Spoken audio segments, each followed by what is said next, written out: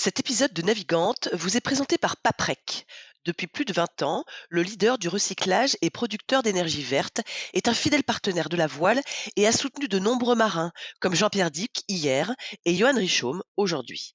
En 2023, Paprec a été plus loin en donnant son nom à la Transat Concarneau-Saint-Barthélemy, rebaptisée la Transat Paprec. Une épreuve qui marque l'histoire de la course au large, puisque son nouveau sponsor l'a voulu mixte, une grande première. Un engagement fort qui s'inscrit dans la durée, destiné à donner aux femmes skippers une nouvelle place pour s'exprimer. Ce qu'elles ont d'ailleurs fait avec talent et pugnacité sur cette première édition courue en double mixte qui a donné envie à nombre d'entre elles de remettre ça en 2025.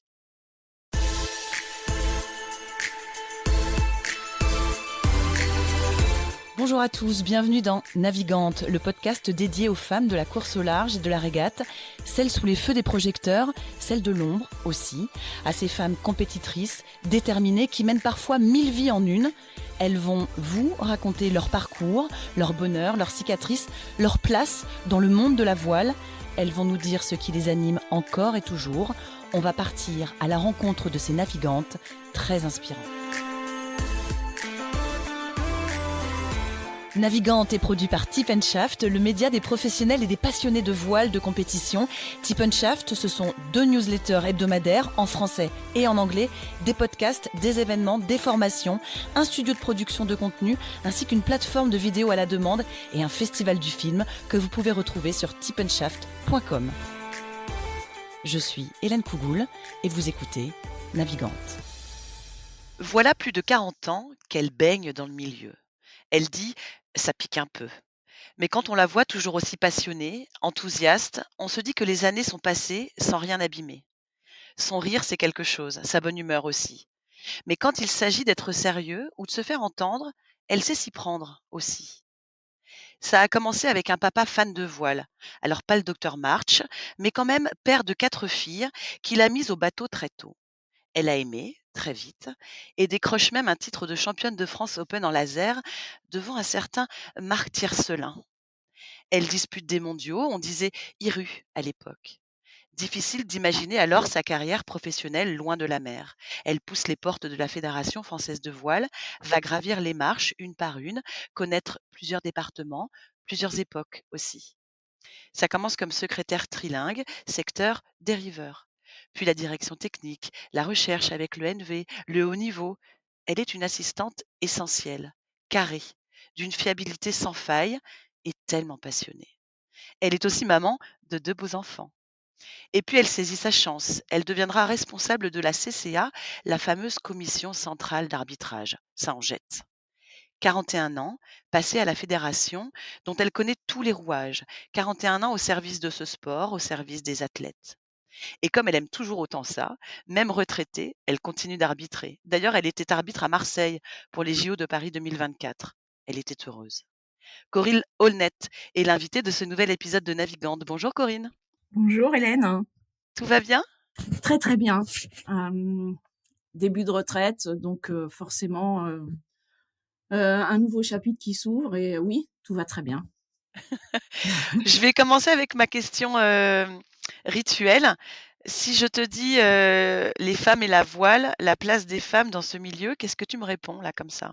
Je te réponds que ça va mieux que ça n'a été. Les choses bougent doucement. Mes débuts aussi bien dans le milieu nautique que même si c'est la voile légère, pas la course au large, je pense qu'il y a les mêmes problématiques partout, autant que dans le milieu professionnel. La place de la femme s'améliore doucement. Alors je suis peut-être trop impatiente, mais Vous êtes beaucoup et on est beaucoup à être impatiente, hein, je te rassure. j'ai au niveau, enfin si on prend un exemple de ce qui a pu se passer au niveau de ce qui s'appelait l'IRU, qui maintenant s'appelle World Sailing, quand moi je naviguais en laser, que tu sois un garçon ou une fille, tout le monde naviguait en laser standard. Et il y avait absolument pas de prise en compte du fait que souvent les filles sont plus légères que les garçons. Et dès qu'il y avait plus de 15 nœuds, je ramassais les bouées et c'était pas très équitable en fait. Et ça, c'était absolument pas pris en compte. Chose qui a été modifiée puisque maintenant les lasers s'appellent IK, mais voilà, il y a des lasers avec des voiles plus petites pour que les femmes puissent naviguer un petit peu plus à égalité avec les hommes. Donc ce qui me fait dire que oui, il y a des choses qui s'améliorent, mais il y a encore beaucoup de chemin à parcourir. Bon, évidemment, on va en reparler de ce chemin-là. Moi, je voudrais qu'on revienne au début. Ça aussi, c'est une question assez rituelle. Ça commence comment ton histoire d'amour avec la mer, avec la voile?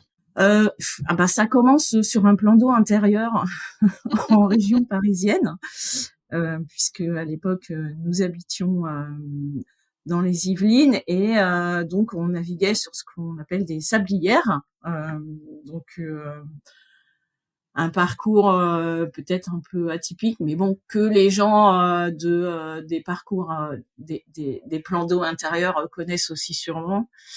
Et puis après, quand tu te lances dans la compétition, forcément, tu vas naviguer un peu sur tous les plans d'eau et de toute façon, nous on est liés à Châtelaillon. Châtelaillon plage dans les Charentes et puisque Charente-Maritime, s'il te plaît. Charente-Maritime, tout à fait, puisqu'on a une maison de famille là et que on a passé toutes nos vacances là-bas et quand on naviguait, on a navigué que ce soit en Atlantique, en Méditerranée et après le plaisir fait que t'as toujours envie d'y retourner. C'était un truc de famille? Puisque c'est ce que tu me disais quand on a préparé un peu cet entretien, que voilà, il y a les 4 filles, Aulnaies et c'est votre papa qui vous a mis au bateau?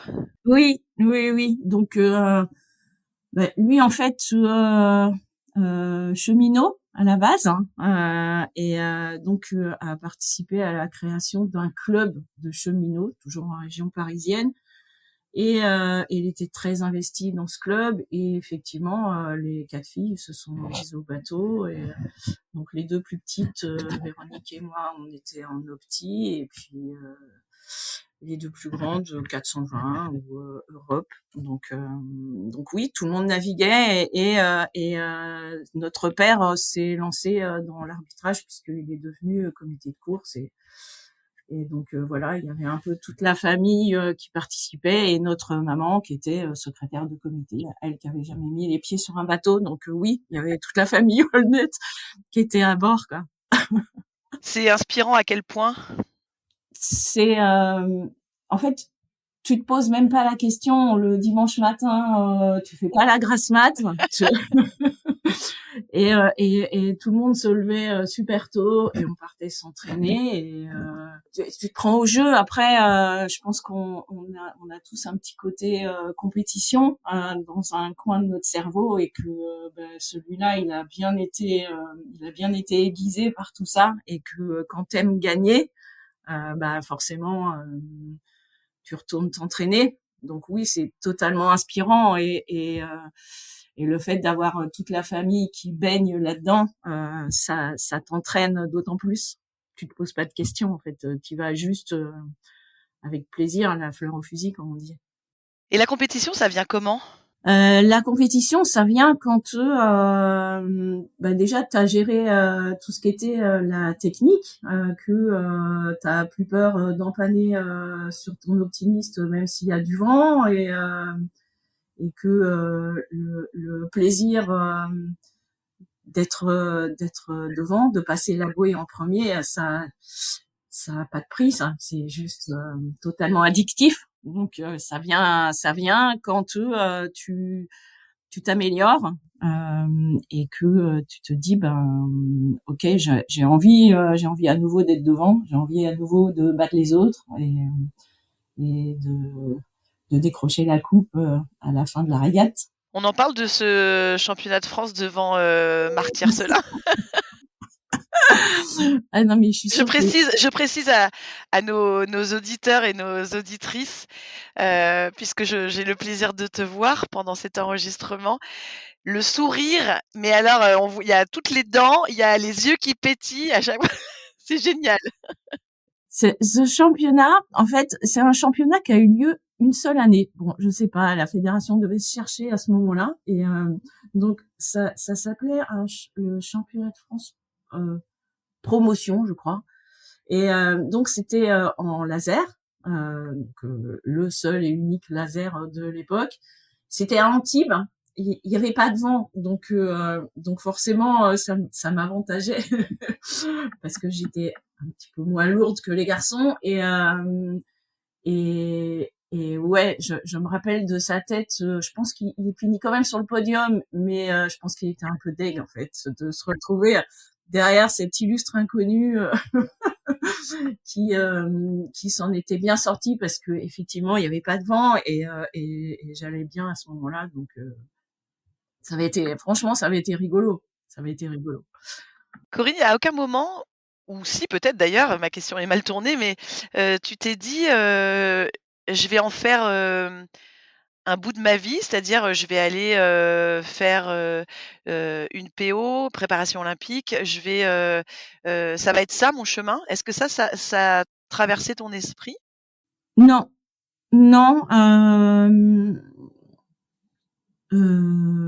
Pourquoi? J'en sais rien. En tout cas, euh, à l'époque, alors ça fait vraiment très vieux hein, ce que je dis là, mais On est à quelle époque justement? eh On est à ben quelle moi en fait j'ai arrêté de naviguer dans les années 80 en fait en 83 j'ai arrêté de naviguer de façon un peu intense et tout ce qui était équipe de France etc. Enfin c'était pas construit comme ça l'est maintenant et il n'y avait pas toutes les aides qu'il y avait à l'époque et puis je pense qu'en plus je me voyais pas forcément là-dedans. J'avais très envie de monter à cheval aussi et c'était pas très compatible aussi bien en termes financiers que en termes de temps parce que je venais juste de terminer mes études et je cherchais du boulot donc non ça m'a jamais tenté en fait. Ça t'a jamais tenté parce que les opportunités étaient moins, je mets des gros guillemets à ça, mais moins faciles ou moins évidentes, qu'aujourd'hui? Ouais, possible. Et je sais même plus à l'époque. Enfin, tu vois, il y avait pas les épreuves réservées aux femmes comme il y a pu avoir aux Jeux Olympiques. Ça existait pas. Donc, en dehors de, je sais pas, il y a des exemples qui me viennent, genre Claire Fontaine qui a navigué avec son mari, mais c'était assez exceptionnel de retrouver des femmes dans le milieu olympique en voile légère. Donc du coup, ça me traversait même pas l'esprit parce que oui, effectivement, si t'as pas d'exemple déjà qui quelque part va te donner envie, bah tu pars pas dans cette direction-là. Et dans la course au large, vous allez faire, d'autres supports peut-être? Ouais, moi j'ai un passé très voile légère, donc c'était pas tellement mon milieu, donc effectivement c'était pas non plus quelque chose dans lequel je pouvais me projeter. Ceci dit, tu vas profiter d'un congé maternité pour, mettre les pieds, dans un endroit qui va devenir, ta maison, ta 2e maison, la Fédération française de voile. En fait c'était avant le congé maternité hein, puisque j'ai commencé en fait je rentre à la fédération en 1983 donc j'avais 23 ans et et donc j'avais pas encore d'enfant à l'époque, mais j'avais pas de boulot non plus. Et il y avait un poste à pourvoir en CDD pour oui remplacer quelqu'un qui effectivement, je viens de comprendre le sens de ta question, pour remplacer je ne sais pas qui d'ailleurs, qui était en congé mater et donc voilà, c'était le début d'une longue histoire. Euh, et franchement, c'est voilà, quand tu rentres dans une société, donc une association en l'occurrence, tu découvres et donc moi je rentrais un peu sur la pointe des pieds et puis petit à petit tu fais ta place. Facilement? Oui parce que d'abord je parlais quand même pas mal de langues étrangères donc ça aidait, ça rendait service. Et puis la voile, c'était quand même un milieu que je connaissais particulièrement bien, donc venir travailler à la fédération, pour moi, c'était pas vraiment une découverte. Après, il y avait la découverte de tout ce qui était l'administratif. Donc à l'époque, on a commencé avec des vraies machines à écrire, quoi. Vraiment une autre époque, hein. Le mail, ça existait beaucoup plus tard, donc en même temps c'était plus lent, mais on avait peut-être plus le temps de réfléchir. Tu vois, tu recevais une lettre et tu répondais par un courrier que tu envoyais par la poste, et les choses avaient plus de lenteur, mais peut-être plus de réflexion. Euh, Alors que maintenant, on est en permanence dans l'immédiat et un peu dans l'urgence. Et bon, après, on va dire que c'est le progrès et ça permet de faire des visios et il y a plein de choses qui sont tellement bien. Je regrette un peu ce côté où on avait un peu plus de temps. Voilà, là, on court beaucoup après le temps. Quand tu rentres dans cette association, en 1983, tu as l'impression de rentrer dans le sein des saints. Tu te dis, est-ce que tu sais ce que tu vas y faire? Et je continue le questionnement, tu te retrouves où? Et puis très vite, tu vas découvrir quoi? Euh, alors, je pense que quand je rentre la première fois, j'ai surtout plus peur que autre chose en fait. Quand c'est ton premier boulot, j'avais fait un peu de boulot en intérim à droite à gauche, mais voilà, où là tu te dis bon là c'est mon premier CDD sans passer par une boîte d'intérim, mais faut pas que je me rate. Mais en même temps, tu connais personne, donc c'est ouais, c'est assez stressant.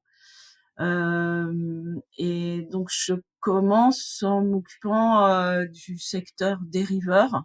Donc euh, c'était du secrétariat de base, on va dire. Et voilà, il fallait répondre à des courriers qu'on me dictait et moi je tapais à la machine. Enfin vraiment, c'était très basique. Et assez rapidement, j'ai changé puisque je suis passée à, à la direction technique et j'étais petite main à la direction technique. À l'époque, c'était Philippe Grandou pour les anciens. Et donc là, c'est pareil, j'ai découvert un peu le milieu du haut niveau de l'époque. Et ensuite, euh, comme ce côté-là m'avait quand même bien plu, j'ai travaillé avec Jean-Émile Mazer, qui avait été le directeur technique aussi. Et on a fait une Olympiade ensemble et franchement, c'était cool. On a bien travaillé ensemble. Et Et voilà, après, je suis passée aux C'était relations quelle Olympiade, internationales. Olympiade, Corinne? 88? Ouais, ça doit être quelque chose comme ça. Donc il y avait tous les planchistes de l'époque. Et je me rappelle plus de son nom. Serge Valentin, voilà. Donc c'était un peu l'équipe avec Jean-Émile. Et ensuite, je suis passée à tout ce qui était relations internationales. Et là, le fait de parler anglais plutôt bien. L'allemand, l'espagnol, forcément, je m'en servais pas. Donc, du coup, maintenant, je comprends, mais pour répondre, c'est plus compliqué. Et ouais, l'anglais, ça a fait que à cette époque-là, je me suis retrouvée aussi dans les comités. C'était pas World Sailing, c'était pas l'IRU, mais bref, l'ISAF? c'était l'ISAF, exactement. Merci Hélène. Et donc Mais là, j'ai je me connu suis l'IRU retrouvée. aussi, hein, je te rassure. Et donc, je me suis retrouvée dans le Women's Committee. J'ai adoré cette période. Avec la présidente du comité qui était une Australienne absolument géniale. Et il y avait cette volonté de faire bouger les lignes en faveur des femmes. Et ouais, ça a duré 2 Olympiades. J'ai adoré ça, jusqu'à ce que moi, l'analyse que j'en ai, c'est que ce comité, il commençait à déranger un petit peu. Donc, en fait, ils l'ont carrément supprimé. Allez hop. Et ils ont à la place mis un Women's Forum qui avait absolument aucun pouvoir. Hein. C'est-à-dire qu'il ne pouvait pas y avoir de soumission, etc. Donc là, j'ai un peu lâché l'affaire, quoi. Et voilà. C'était quelle époque, ce Women's Committee? Je sais plus, je dirais dans les années 90-2000. Et ils l'ont supprimé. Ils l'ont supprimé, c'est ça. Et vous aviez quoi comme, tu as des souvenirs de choses qui avaient été évoquées, à l'époque, qui pourraient nous paraître, aujourd'hui avec du recul en 2024 tellement évidentes, mais qui ne l'étaient pas, à l'époque? Bah, par exemple, moi, ce que je leur avais proposé, c'était, c'était le début de l'arbitrage au féminin qu'on avait mis en place à la fédération, puisque j'avais déjà ma casquette de responsable de la CCA, et que avec le président de la CCA de l'époque, actuel président de la fédération, Jean-Luc Denéchaud, on avait mis en place ces ateliers réservés aux femmes, donc pour leur permettre d'accéder à l'arbitrage. Et on l'avait fait au niveau de la fédération pour faire bouger un peu les choses plus rapidement. Et quand je leur avais expliqué qu'on avait fait ça, elles avaient trouvé ça génial. Donc je leur avais expliqué que, par exemple, on faisait aussi des ateliers pour donner confiance aux femmes, hein, qu'elles aient confiance en elles, et que il y avait une psychologue qui venait et qui nous expliquait plein de choses par rapport à notre manque de confiance en nous, le plafond de verre qu'on se met en permanence. Et tout ça faisait grandir toute l'équipe en même temps. C'était aussi au moment de la commission féminine. Ah oui, j'ai oublié, j'ai travaillé aussi pour la commission féminine à la fédération. Et ça, c'est pareil, ça fait partie des volets de ma vie professionnelle que je chéris.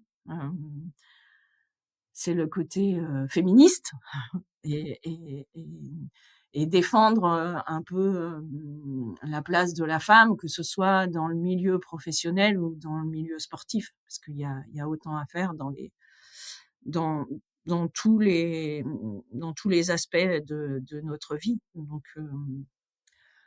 Donc voilà, mon parcours au niveau de l'ISAF, ça a été drôle.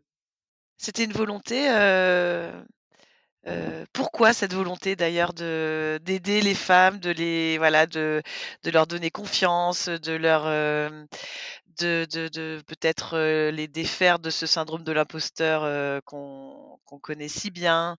Ouais. Et puis, au-delà de cette question, qu'est-ce que tu as vu, voilà, est-ce que tu as un souvenir, une anecdote, de choses que tu as vues progresser qui t'ont dit, «Bah, voilà, c'est pour ça que je fais ça»? Puisque tu dis ce sont des parcours et des moments que je chéris, c'est qu'il y a dû y avoir, des choses, qui ont peut-être avancé ou ne serait-ce que pour une personne ou voilà? Ouais, pour plus d'une personne, en fait. Heu, Par exemple, maintenant, quand je vais, arbitrer, ça arrive super souvent que, je rencontre, une des stagiaires hein, qui est passée à la fédération, bon alors je me rappelle pas forcément de leur nom parce qu'elles sont quand même assez nombreuses, mais je pense qu'on est à plus de 200 femmes maintenant qui sont passées par ces formations-là. Et à chaque fois, on est super contente de se retrouver. Et elles sont très fières de me dire, bah, ça y est, euh, je suis comité de course ou je suis juge ou enfin peu importe en fait. Et elles ont franchi le pas. Et oui, moi, ça me fait énormément plaisir. Et elles sont bien là où elles sont aussi. Donc je me dis que ouais, les choses bougent un peu.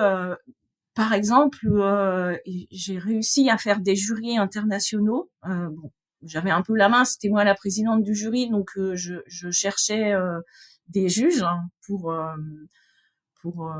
faire ce groupe hein, d'arbitres. Hein. Un jury international, il doit y avoir 5 juges, et j'étais tellement fière quand j'avais réussi à avoir 3 femmes et deux hommes.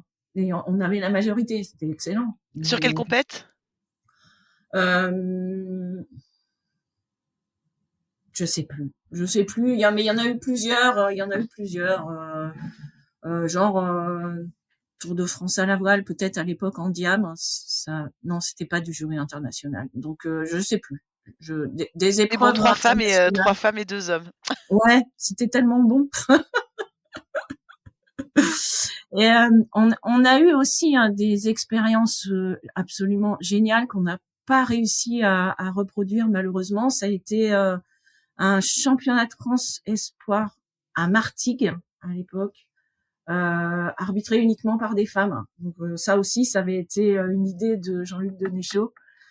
Ça avait été un vrai casse-tête pour trouver suffisamment de femmes, puisque dans l'arbitrage, il y en a pas énormément. Ça fait partie du combat d'en trouver davantage. Et il y a eu une année où on a réussi à faire ça, et l'année suivante, on avait fait à parité parfaite, et c'était pareil, c'était absolument génial.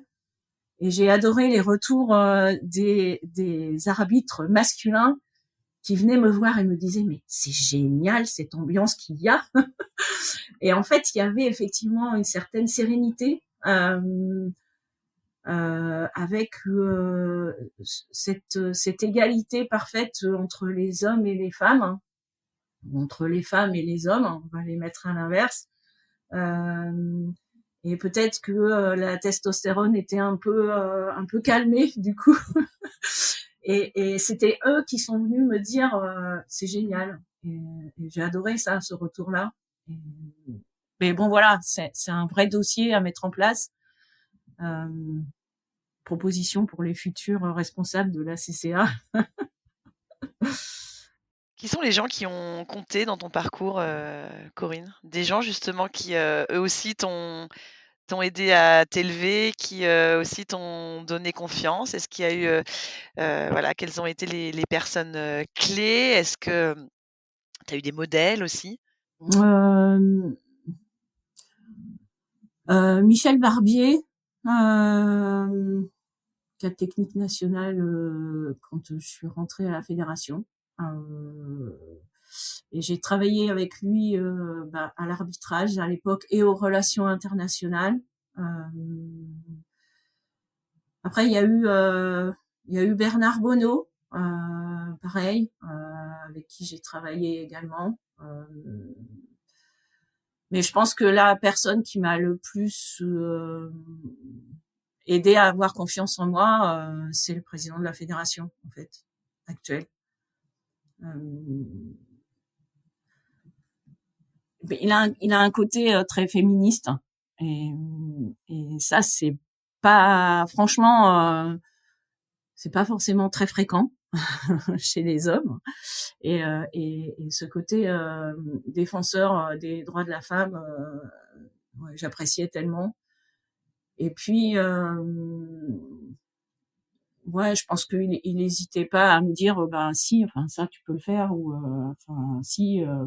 Voilà, quand il fallait sauter, il y a eu un moment où il y avait il fallait s'évaluer soi-même, les auto-évaluations, un grand moment, et où forcément, moi je mettais pas le plus haut, quoi. Et Jean-Luc m'avait dit à l'époque, bah, enfin si là-dessus il y a ce point-là, clairement, il faut que tu mettes le plus haut. Et donc, bah, lui, il soulevait un peu le plafond de verre, quoi. Et c'est pour ça que j'ai terminé en travaillant avec lui, et que c'était une vraie collaboration, en fait. Et c'était pas, il n'y avait pas de notion de hiérarchie ou quoi. C'était vraiment, ouais, c'est ça, une vraie collaboration. Donc voilà. Après, j'ai pas forcément d'exemple de femmes, en fait. Bah, C'est tu en es dommage. un pour celles qui vont suivre. Ouais, peut-être. Juste, petite parenthèse, alors qui est beaucoup plus terre à terre par rapport à tout ce que tu viens de nous raconter, qui est très émouvant. Heu, Ça veut dire quoi être à la tête de la commission centrale d'arbitrage? Peut-être qu'il y a des gens qui nous écoutent qui savent pas trop ce que c'est, en fait. Probable, hein, probable.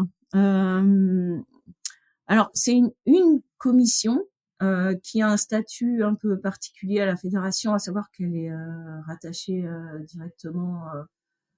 Enfin, je pense, ça l'était à l'époque. Je sais pas si ça l'est encore, mais rattachée directement au bureau exécutif. Et donc, elle est un peu à part. Euh, et être responsable de cette commission-là, ça veut dire, en résumé, gérer plus de 300 arbitres nationaux, une soixantaine d'internationaux peut-être, une quarantaine, euh, et avoir une connexion avec toutes les régions, pour garder le lien avec les commissions régionales d'arbitrage, qui elles sont en lien direct avec les arbitres régionaux. Et voilà, après ça c'est très vaste, hein. Donc ça peut qu'est-ce qu'on gère les désignations des arbitres, qui va aller sur telle épreuve, un sujet hautement stratégique, conflictuel. Et ben justement, dans ce genre de situation, toi à la tête de cette commission, est-ce que ça tu as toujours, réussi à garder cette espèce de fermeté et d'assurance de directrice de cette commission, même quand on venait, râler, quand il y avait, du conflit? Est-ce que, voilà, toi, dans ta position, ça ne voilà, tu ne devenais pas fébrile, si jamais ça venait râler, ou si c'était, voilà, il y en a qui étaient pas d'accord, ou il y en avait qui essayaient d'influencer? La fébrilité, ça fait pas trop partie de mon fonctionnement. Quand il y avait du conflit, bah, tout dépendait un petit peu de la façon dont la personne me parlait. Et si ça tournait vinaigre, bah, je prenais des tours de l'autre côté aussi, hein. Je veux dire, raccrocher au nez de personnes qui me parlaient mal. Et enfin, la avant que je quitte la CCA, je travaillais avec une collaboratrice qui s'appelle Cécile et et qui me disait mais toi de toute façon les gens ils ont peur de toi. Ah bon? Bon, très bien. Bah, moi, ça me dérange pas d'avoir ce côté statut de la méchante qui dit ce qu'elle a à dire, hein, parce que de toute façon, il faut savoir que les désignations, qui est, je pense, un des sujets les plus compliqués à gérer dans cette commission.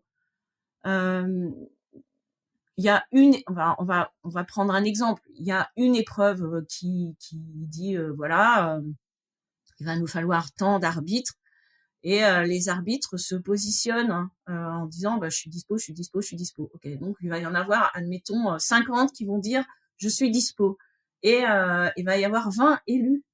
Donc il y en a 30 qui vont être mécontents, frustrés, qui ne vont pas comprendre pourquoi pas eux et donc c'est de la gestion c'est de la RH en fait en permanence donc ouais faut pas avoir peur de se faire mal voir. Hum, mais Mais tu t'es sentie à l'aise et tu t'es sentie, juste telle qu'on te connaît aussi, oui. on sait qu'il y a ce côté quand même, chez toi, voilà, juste. Ouais, en tout cas, j'ai jamais dérogé à ces règles-là de en mon âme et conscience, on va dire, faire les désignations au mieux pour la réussite de l'épreuve, pour que les coureurs soient arbitrés de façon pas idéale, parce que l'idéal n'existe pas, mais de façon la plus professionnelle entre guillemets, parce que c'est tous des bénévoles, mais ils ont un savoir-faire qui est le savoir-faire de professionnels et réussir à désigner une équipe qui déjà va bien fonctionner parce que ça va être des gens qui s'entendent bien et qui vont arriver à communiquer entre eux et qui vont faire en sorte que à l'arrivée à la fin de l'épreuve à la remise des prix les coureurs se diront ben ouais on a eu une bonne équipe d'arbitrage ou au mieux ils se diront rien du tout parce que juste ça a été bien et que on parle forcément plus facilement des choses quand elles ont moins bien marché et quand tout a bien roulé ben t'en parles pas parce que c'est pas forcément quelque chose que les concurrents réalisent jusqu'au jour où ils se disent bah tiens je vais passer à l'arbitrage et là ils se disent ah ouais c'est pas simple. Je fais un petit aparté, Corinne. Si je te dis, sauf, tu me réponds quoi? Souche. La SOF, la semaine olympique, française de hier qui a longtemps et qui est toujours un grand moment, de la fédé, une grande épreuve, en France. Oui. Cette épreuve-là, elle compte comment pour toi? Ouais, c'est un, un moment important. Ça l'a été et je suis tellement contente que ça le redevienne. Puisque donc maintenant c'est Ed Russo, l'actuel trésorier de la fédération, qui est responsable de la SOF, qui est le directeur de la SOF, on va dire. Et donc j'ai la chance de réintégrer ce qu'on appelle le COPIL. Euh, et donc ce comité de pilotage qui se réunit à peu près une fois par mois. On a commencé la semaine dernière et ça se prépare à l'année, la SOF. C'est un moment absolument génial. Beaucoup de tension pour les coureurs, une préparation à l'année pour la fédération, pour la ville de Hyères, pour la municipalité, pour tous les gens qui travaillent sur ce dossier qui est vraiment un gros dossier et où tous les ans on voit réapparaître les futurs champions olympiques, quoi. C'est une belle épreuve, hein, et j'ai adoré en faire partie. Et ouais, c'est ça. Je suis contente de revenir dans cette aventure. Puisque tu parles des futurs champions olympiques qui ont voilà, traîné leurs bottes et autres pieds nus sur les parkings et les cales de Hyères, du port de Hyères, comment est-ce que comment est-ce que tu vois l'évolution justement des Jeux olympiques avec, on l'a vu cette année, la parité parfaite euh, sur les épreuves en équipe de France forcément, avec des supports mixtes, je pense au 4,70 qui est mixte depuis cette année, Ouais. le NACRA. Voilà, quel regard tu portes sur cette évolution-là? Je repense au début de notre conversation où effectivement tu disais quand voilà, laser, les hommes et les femmes avaient exactement le même bateau et advienne que pourra, quel que soit voilà, l'équité pas vraiment et l'égalité pas tellement respectée. Voilà, en 2024, ça a changé. Comment est-ce que toi tu vois cette évolution? Je la vois forcément d'un bon œil, hein. Je regrette juste qu'on soit dans l'obligation de dire c'est une obligation et c'est pas un choix de chacun. C'est-à-dire que euh, avoir des équipages mixtes, ça fait partie des règles d'admissibilité en 4-7 pour les Jeux. Euh, et si on dit pas que vous devez obligatoirement avoir un homme et une femme à bord du bateau, pourquoi est-ce que ça se fait pas naturellement en fait? Et c'est comme dans beaucoup d'exemples où on va mettre des quotas féminins parce que sinon, si on met pas ce quota, malheureusement, la place des femmes, on la trouve pas, ou alors elle est très diminuée. Euh, donc Malgré oui, tout, les quotas, ça permet aussi de même si c'est on va dire que c'est un moment alors, j'écoute tes propos, hein, un moment, pas très agréable ou qui est voilà, on se dit: «Pourquoi on est obligé de passer par là?» En même temps, on voit aussi que c'est peut-être ce genre de choses aussi qui font que les choses avancent derrière.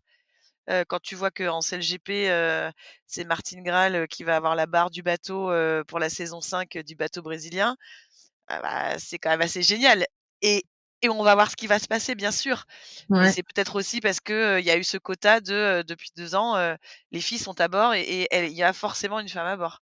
Oui, mais complètement. Je suis complètement d'accord avec toi. Ce que, en fait, mon propos, c'est de dire que je regrette qu'on soit obligé de passer par ces quotas pour arriver à D'imposer. ces résultats-là. Mais on est totalement d'accord.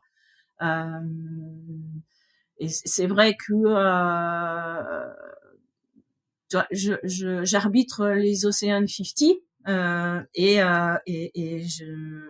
j'apprécie tellement les équipages où il y a des femmes qui sont intégrées. Il y en a pas beaucoup, mais il y en a.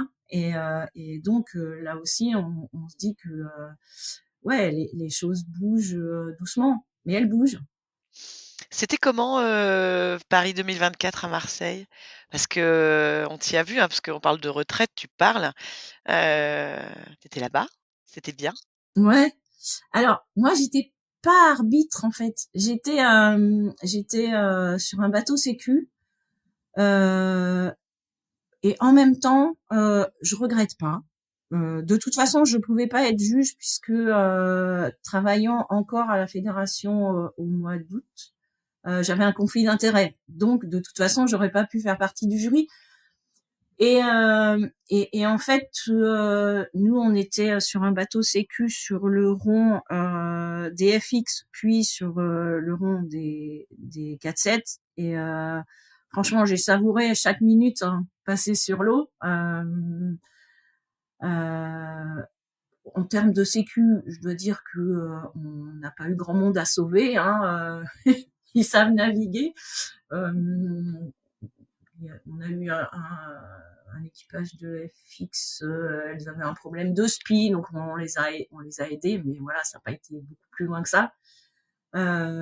Et par contre, on était un peu aux premières loges pour suivre la régate, et c'était juste extraordinaire. Les jeux, c'est démentiel, franchement. Et quand on sortait de la marina et que on voyait les gens entassés en plein cagnard, en train d'agiter les drapeaux bleu, blanc, rouge quand il y avait les équipages français qui sortaient, c'était tellement beau, quoi.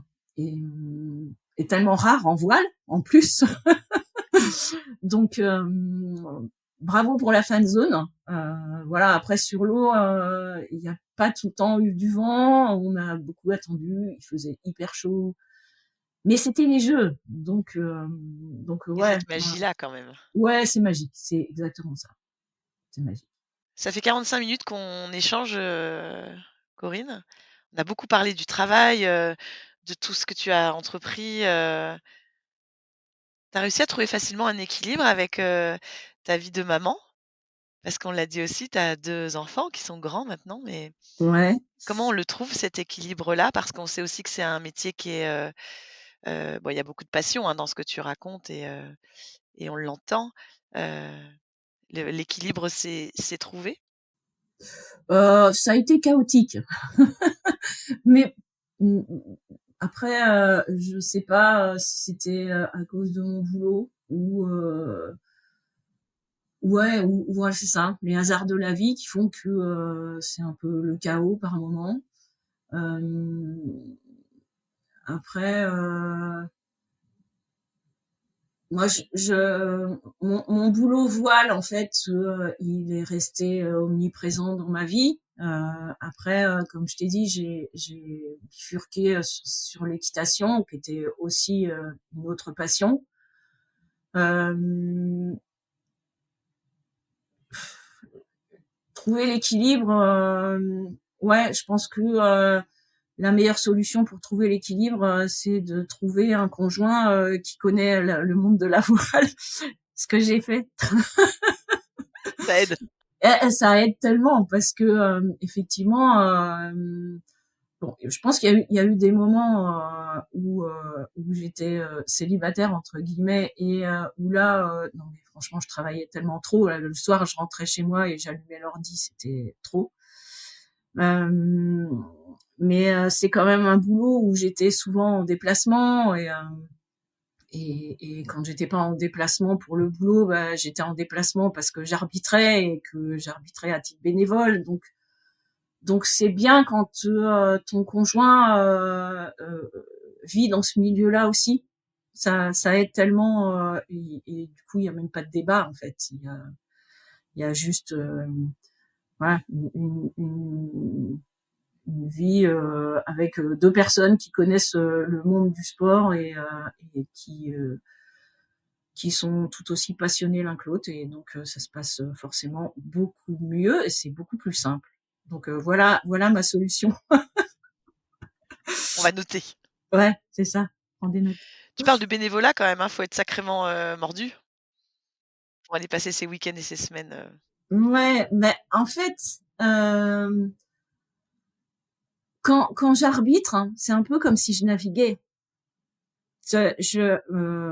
Moi, ce que j'aime dans l'arbitrage, c'est tout ce qui est le jugement direct, donc que ce soit sur les épreuves de match race ou maintenant ce qui se fait de plus en plus en course en flotte, où tu juges quand même directement sur l'eau et moi c'est ça qui me fait vibrer. Donc en fait, je tire des bords. Hein, je suis dans le zodiaque, mais je tire des bords et je regarde qui passe devant et où va être la prochaine situation et le but du jeu, c'est que au moment où la situation va se produire, eh ben je suis déjà là et je l'ai anticipé et ça c'est une satisfaction de chaque moment. Bon, t'es moins satisfaite quand tu y es pas, mais quand t'as anticipé la chose et que t'es prêt à rendre une décision avant même que la situation ait eu lieu. C'est un grand plaisir. Et puis être sur l'eau, voilà, ça n'a pas de prix, c'est pareil, c'est la passion, quoi. Tu disais au début de notre entretien, quand je t'ai demandé comment tu allais, tu dis bah voilà, nouvelle vie de retraité.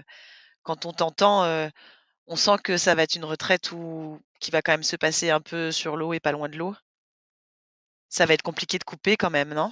Ouais, pour le moment, l'arbitrage, ça continue. C'est au contraire, ça prend même encore plus d'ampleur puisque plus de disponibilité et pas mal d'épreuves à l'étranger. Et donc c'est bien aussi. J'ai failli aller aux Seychelles la semaine dernière, ça a été annulé, repoussé en octobre et je peux pas y aller. Bon, mais par exemple, quoi, tu vois, c'est ballot. Mais arbitrer. C'est pas quelque chose que j'envisage d'arrêter tout de suite. Je vais attendre un peu d'être plus âgée.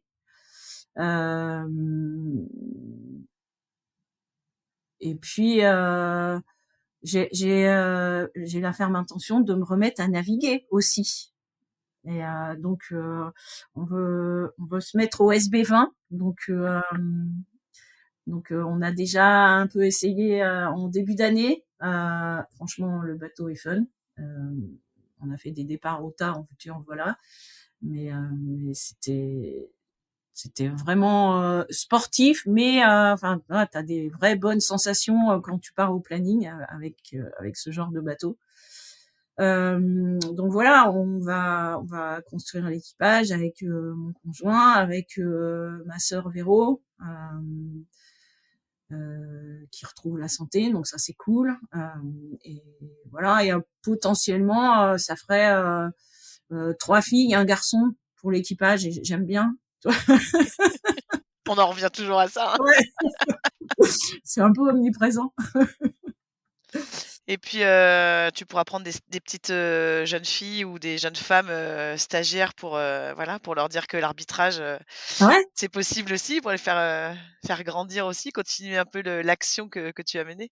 carrément, carrément. Même si là-dessus je passe un peu la main et si tu veux, ce que j'ai fait en tant que personne salariée, j'ai pas forcément envie de continuer à le faire à titre bénévole. Après, oui, bien entendu, expliquer aux gens voilà, et les encourager. Enfin, pas plus tard que au mois d'août, il y avait des jeunes qui étaient là et je leur disais, mais tu vois, des régionaux, des arbitres régionaux qui étaient sur l'eau avec nous et je leur disais, mais allez-y, quoi, faites la formation, devenez nationaux. Et donc je les encourage, mais j'ai envie de me garder du temps aussi pour moi. Et si je continue à faire tout ce que je faisais en étant salariée alors que je suis bénévole, où est-ce que je vais caser tout ce que j'ai envie de faire? Donc je garde du temps de côté un petit peu. Merci beaucoup Corinne, d'avoir été, notre invitée dans Navigante. Et effectivement, on te souhaite, de l'avoir ce temps-là, ce temps pour toi, ce temps pour aller faire, du SB20 et arbitrer aux Seychelles. On pensera fort à toi, hein, si, jamais tu as l'occasion d'y aller. Et puis merci aussi, je le dis à nos auditeurs, d'avoir accepté, cette, ce podcast, cette interview, ensemble, parce que, voilà, on t'entend pas non plus, tous les jours. Je sais que c'était pas une évidence, non plus. Même tu m'avais dit: «Je ne sais pas si je suis vraiment, très intéressante ou légitime pour répondre à ça». Alors je te rassure tout de suite, hein, si, complètement, et c'était super de pouvoir échanger avec toi pendant ce podcast. Merci Hélène, merci. C'était cool et pas trop stressant tout compte fait. Donc merci. Merci de tes rires à toi aussi. Tu vois. Merci Merci beaucoup beaucoup. Corinne, à bientôt. Ouais. Merci. Merci d'avoir écouté cet épisode de Navigante, produit par Tip & Shaft. N'hésitez pas à nous dire ce que vous en avez pensé, n'hésitez pas non plus à le partager. Et si vous souhaitez suivre l'actu de la voile de compétition, abonnez-vous à la newsletter de Tip & Shaft, c'est gratuit, elle est envoyée chaque vendredi à 17h. Et pour vous inscrire, ça se passe sur tipandshaft.com. À bientôt.